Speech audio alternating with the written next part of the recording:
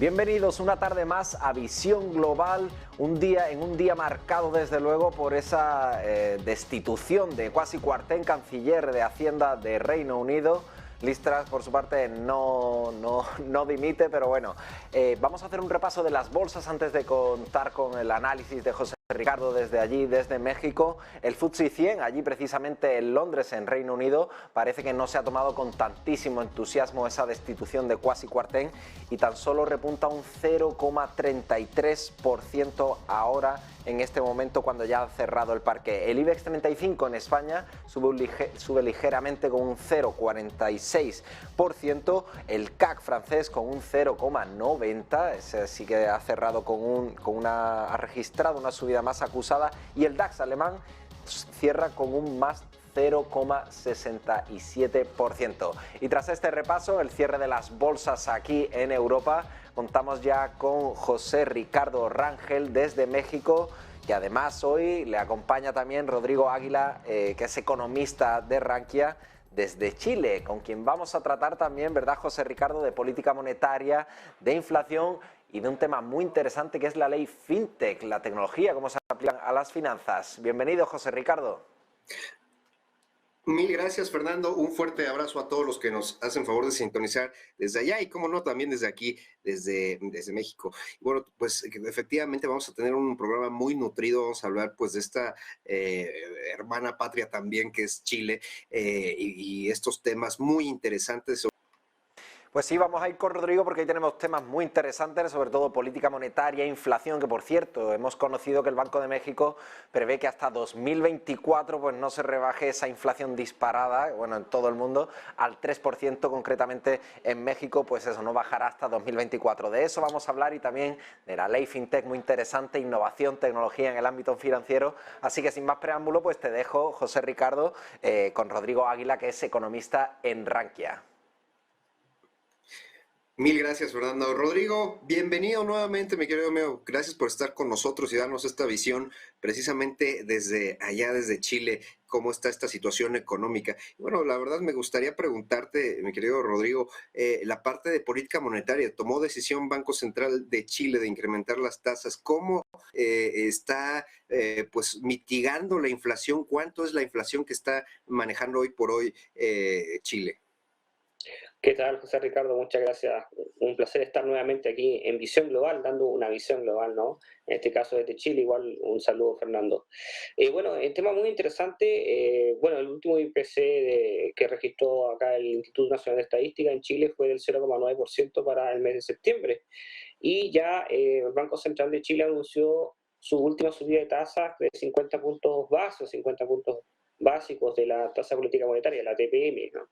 ¿Qué significa esto? Que llegamos a un 11,25% ya de tasa política monetaria. La verdad que una acción muy agresiva del Banco Central, que veníamos conversando ya en otras ocasiones aquí en Visión Global, y que nos ha tocado en un punto donde el Banco Central dice que se va a quedar ahí, manteniendo estos niveles hasta ir reduciendo la meta inflacionaria, que es del 3%, con vista a 24 meses. Así que hasta ahí nos quedamos, según el Consejo del Banco Central, y vamos a ver cómo vamos a ir pudiendo luchar con este tema de la inflación, un tema que también es de un contexto global, que Estados Unidos, vimos ayer con las cifras del IPC, le ha costado, a pesar de que la Reserva Federal ha ido aumentando los tipos, le ha costado luchar con la inflación, sobre todo con la inflación subyacente, digamos. Es un tema importante. Casi no nos fijamos en la inflación subyacente, y esto tiene, pues vaya, un parámetro muy importante. Platícanos cómo están tomando precisamente allá en Chile este tema de la inflación subyacente, cómo está afectando precisamente al ciudadano allá en Chile. Pues básicamente la verdad es que nosotros tenemos la inflación global, digamos, nos afecta mucho más por el tema de los costos, sobre todo la energía, ¿no? Ya cuando hablamos de inflación subyacente vamos un poquito más controlados. Sin embargo, el gran problema que estamos viendo en el país, y al igual que se está viendo en Europa como en Estados Unidos, es la falta de productividad. Las formas para bajar los niveles de inflación son dos.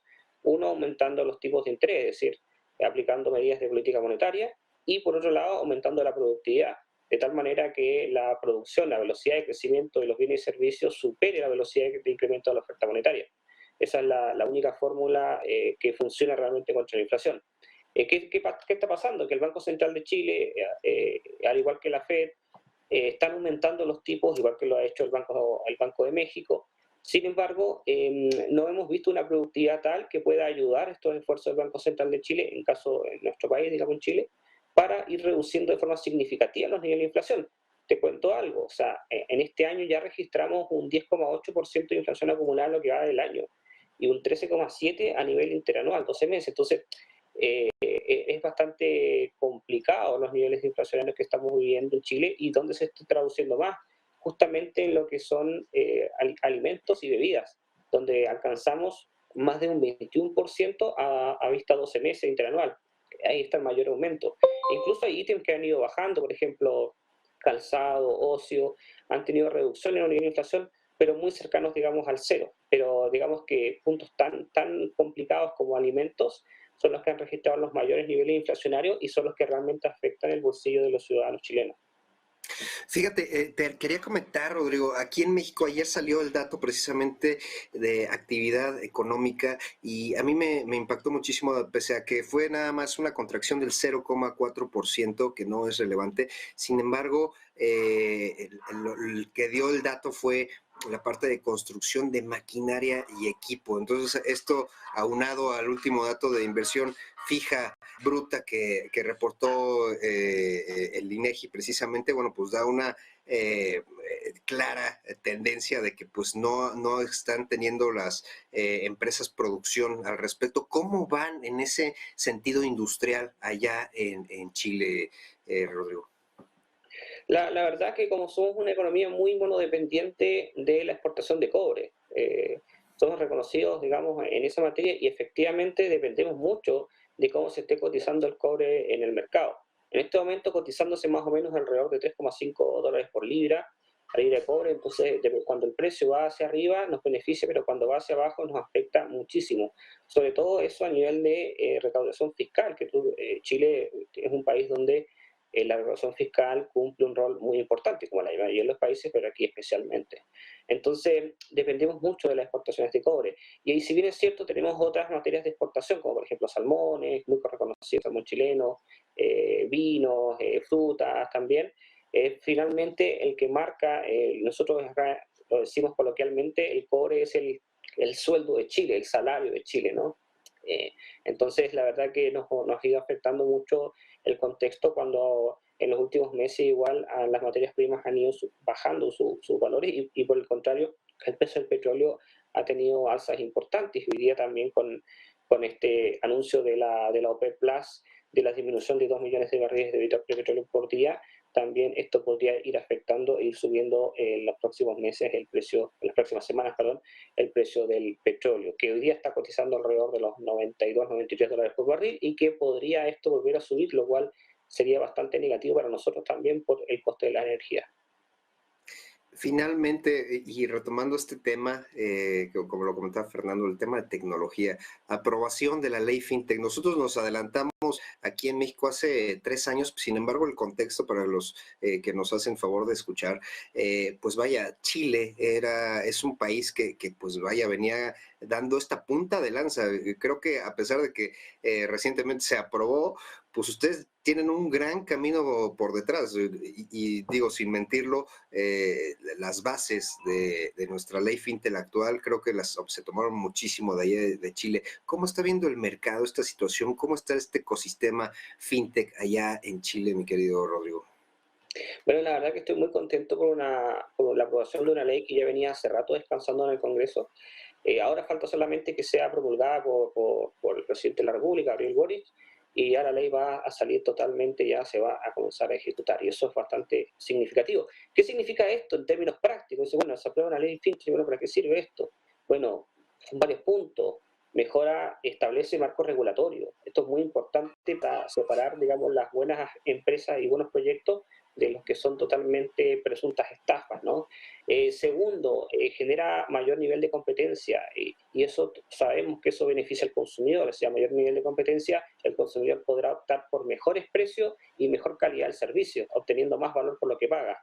Y tercero, también establece también una industria establecida, un marco establecido para el desarrollo de nuevas industrias. También esto acompaña con programas de gobierno que también van a poder establecer presupuestos gubernamentales con programas de apoyo para nuevos emprendimientos del sector fintech. Entonces crea todo un ecosistema que, si bien es cierto, a modo informal ya se venía desarrollando desde hace años en el país, como tú bien mencionas, no existía el marco regulatorio. Así que esto es muy bueno porque, si bien es cierto, también una ley comienza con una base y irá sufriendo modificaciones, pero esas modificaciones ya se van a ir adaptando a los nuevos contextos de herramientas tecnológicas y también legales que se vayan adecuando de acuerdo a la industria y a la demanda de los consumidores. Así que la verdad que estoy muy contento con la promulgación de la próxima promulgación de la ley por parte del presidente, y que ya solamente fue aprobada tanto en la Cámara de Diputados, en el Senado, y con las correcciones que se le habían solicitado desde el Senado. Así que veo que es una ley que necesitamos en Chile, que ya estábamos esperando, y que, si bien es cierto, lamentablemente siempre, generalmente la burocracia, siempre la política, las leyes van más lento que el mercado, porque nosotros ya hace muchos años que veníamos desarrollando una fuerte industria financiera a nivel tecnológico, así que esto ya por fin es como poner la piedra final para comenzar a iniciar un nuevo camino que va en pos de mejorar tanto a los consumidores, los servicios financieros, como también a toda la industria en general acá en nuestro país. Bueno, pues te agradezco de verdad muchísimo, Rodrigo, por habernos platicado pues esta situación económica actual y pues también la tecnológica. Fernando, hasta allá, hasta España, seguramente tendrás alguna pregunta, alguna duda, yo creo. Por supuesto, con José Ricardo, como siempre. Yo tengo una pregunta para Rodrigo. Con la aprobación esta de la nueva ley FinTech, ¿los bancos tradicionales han mostrado algún tipo de resistencia? Porque, como bien sabemos, estas industrias más tradicionales, pues ante lo innovador, pues suelen ofrecer alguna resistencia, ¿no? ¿Cómo han acogido esta ley allí en Chile?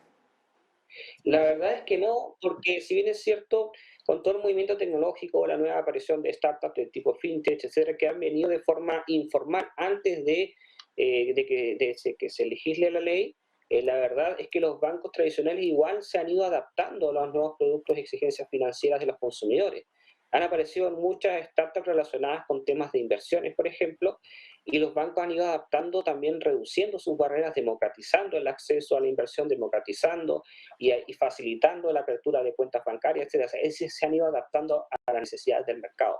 Por tanto, los bancos están preparados, los bancos tradicionales están preparados para entrar a competir con las industrias que ya están dentro. Así que, por el contrario, esto ha sido realmente muy beneficioso. Si ustedes vinieron a Chile, se darán cuenta que en los últimos 5 años el progreso en cuanto al acceso de productos bancarios, a la cantidad de productos, a la cantidad de productos de inversión, a las barreras que se han reducido, incluso eliminado, para invertir desde cantidades muy pequeñas, todo se ha facilitado muchísimo, y eso significa un alto nivel de bancarización, altos niveles de oportunidades de inversión, de ahorro y de bajo coste. Así que la verdad es que la industria se ha ido adaptando, incluso la industria tradicional, que siempre tiende a ser, digamos, la más resistente a este tipo de cambios.